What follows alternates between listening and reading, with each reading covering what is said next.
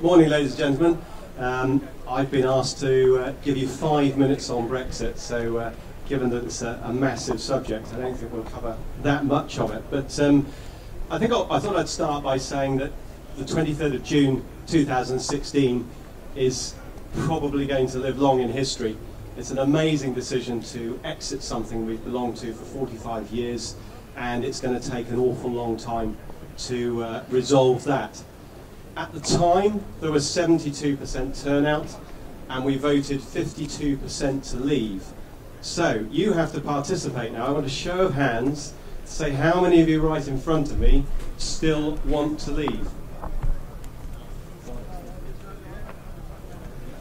Interesting. 5%? A bit more than 5, I think. But the figures that we were given suggested that as an industry, 60% of you voted to leave the European Union, which is quite a staggering figure. So there we are. We're left with the legacy of the government now saying exit is exit. We'll have 1 or 2 legal challenges, particularly from from Northern Ireland, from Scotland, perhaps from Wales, about whether they want to participate or not. But we're going to serve Article 50, and as Peter said in his introduction, it looks likely that will happen by March 17.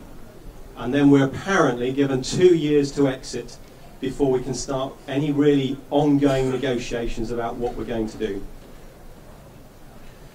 Ironically, we have just 30 people trained to negotiate trade tariffs in the UK.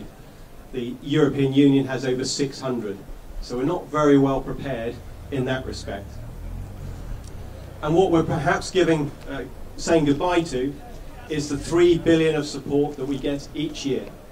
And part of the irony of that is if you look at the average figures, UK farming for the last decade has made about 3 to 3.5 billion pounds, of which 3 billion has been subsidy. So it could end up changing the statistics of farming significantly. What next? Well, the BPS is here till 2020. I think that's quite a bit of reassurance for everyone. But all the other factors, will regulation change?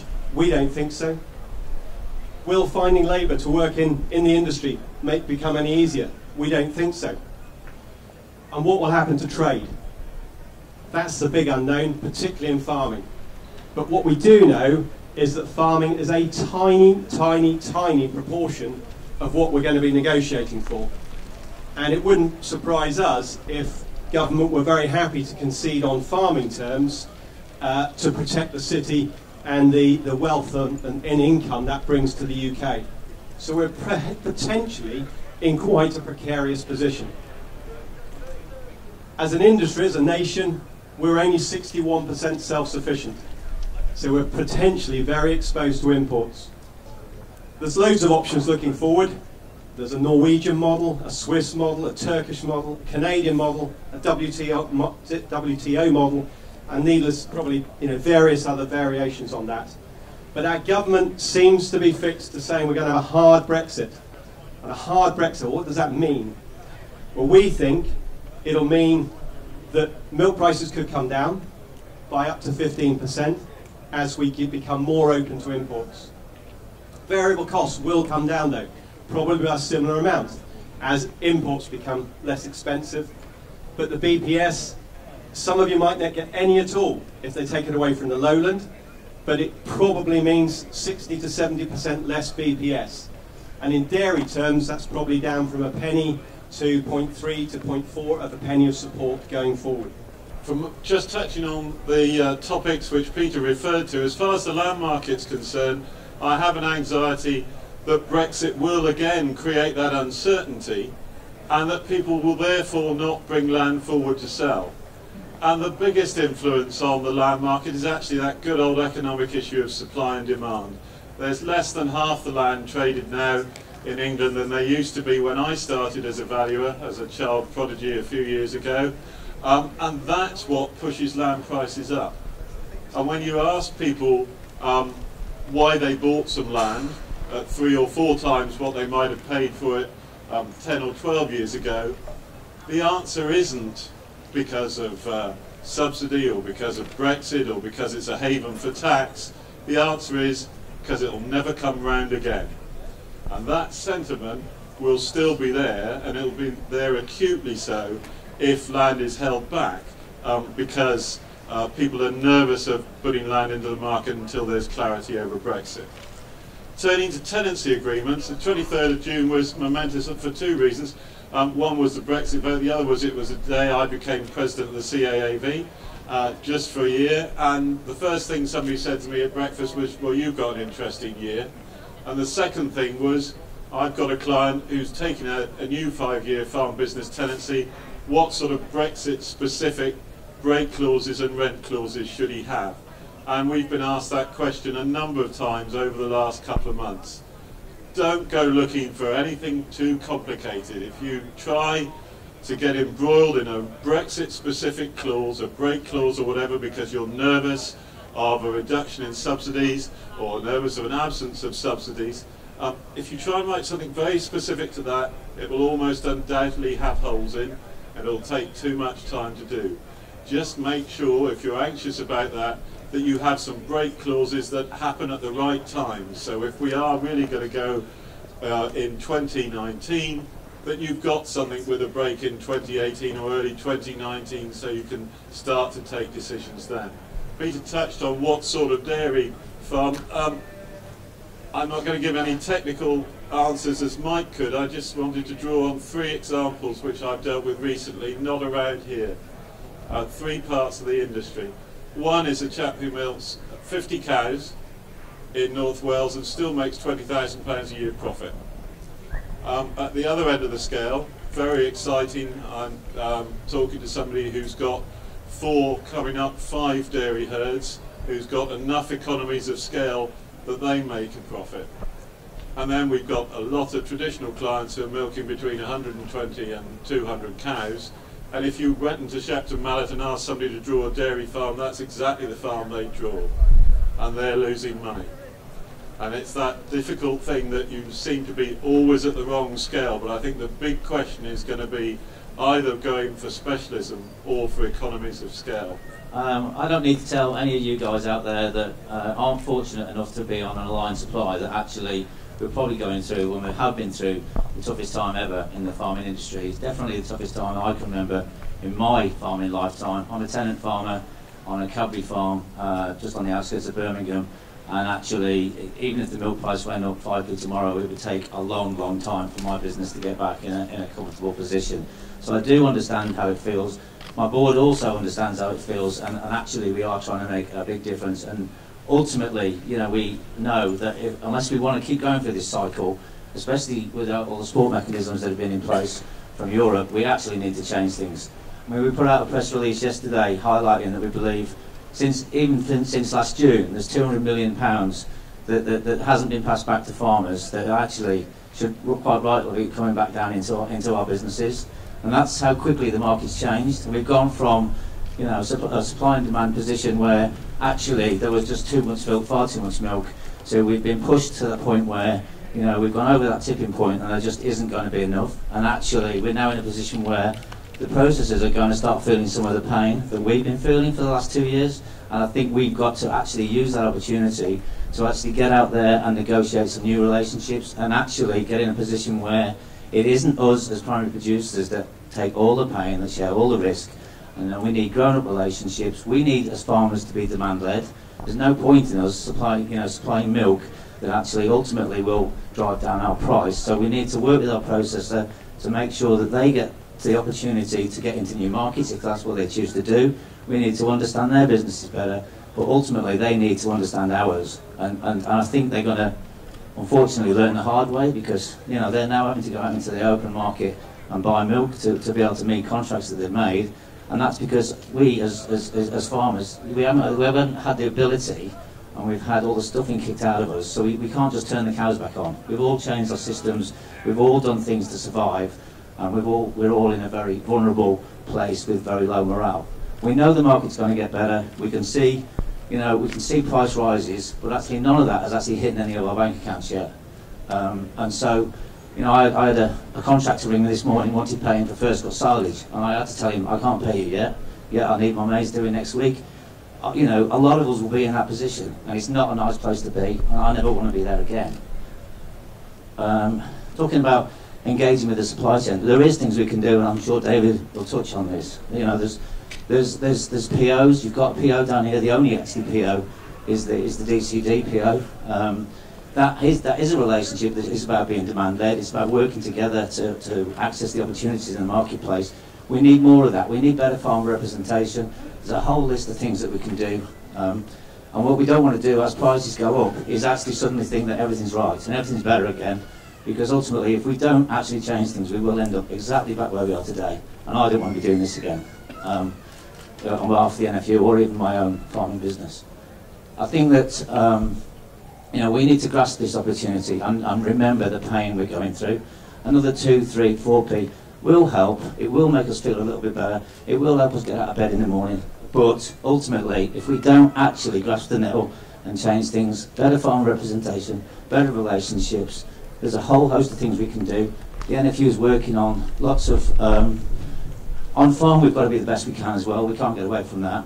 But also, we can create tools that help us manage volatility as well.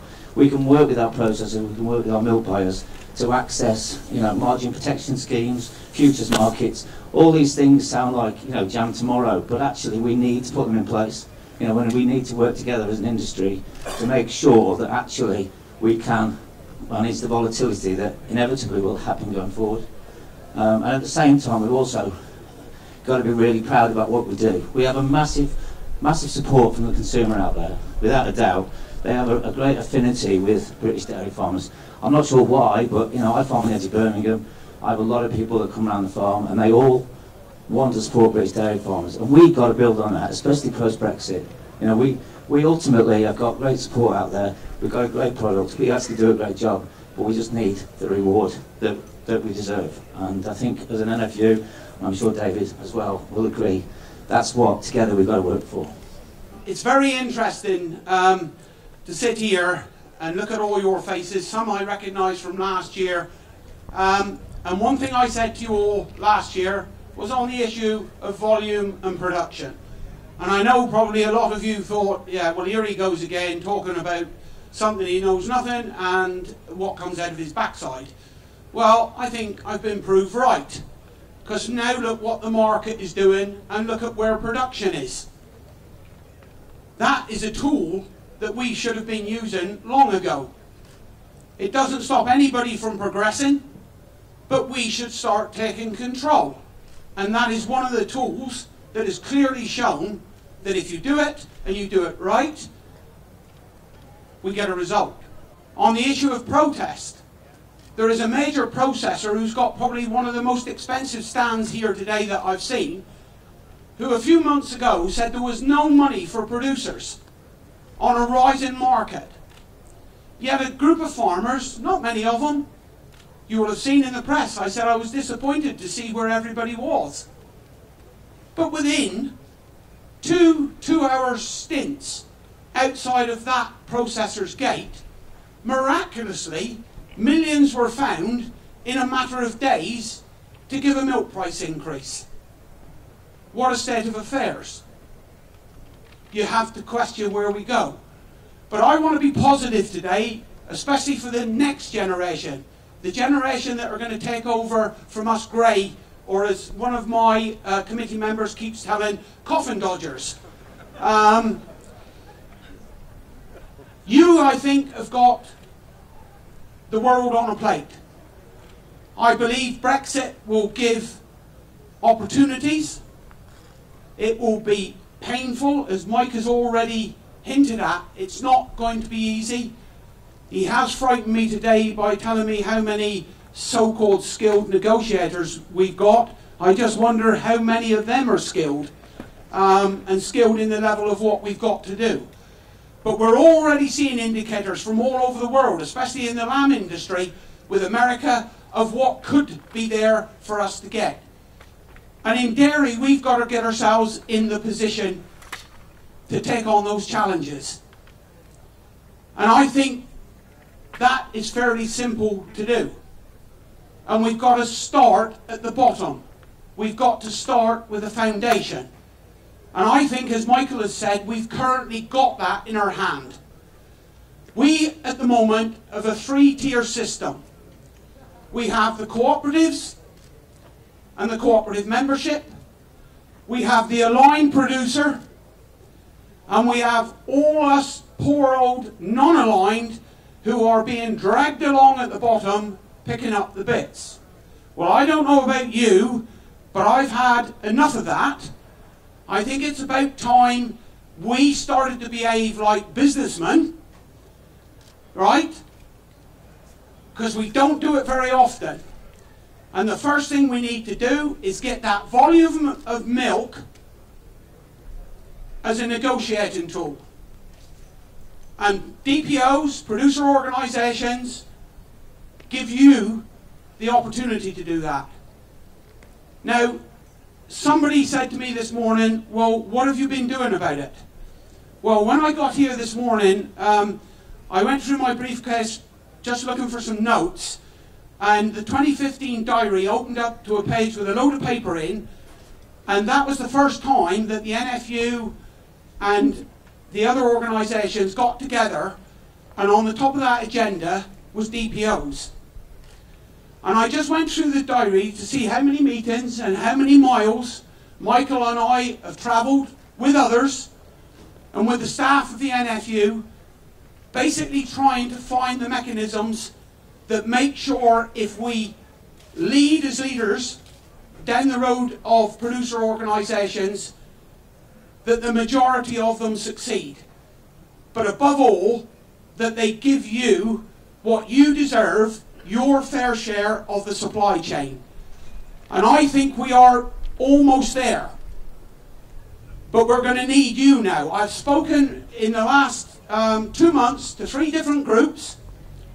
I was down in the southeast yesterday, and there is a group that have rung me this morning to say, following yesterday's meeting, they have decided that they want to go down the route of a producer organisation. Now, some will say, what is it going to give you?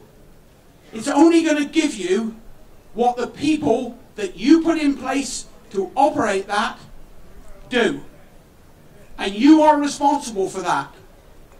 Please, let's not go back over the years of where we've had DFOB, First Milk, MilkLink, all these cooperatives who give AGMs, and we go along to those AGMs, and what do we see? In some instances, I saw 3 at an AGM. 3 people who owned that business. There is not any other business in the world would respond and react in that way.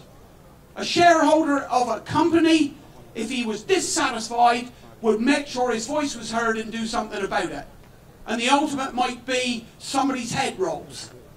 And I'm telling you, there's an awful lot of heads in the dairy industry needed to roll, and there's a lot of them still hanking about at the moment, drawing money while you're dragging your ass along the road.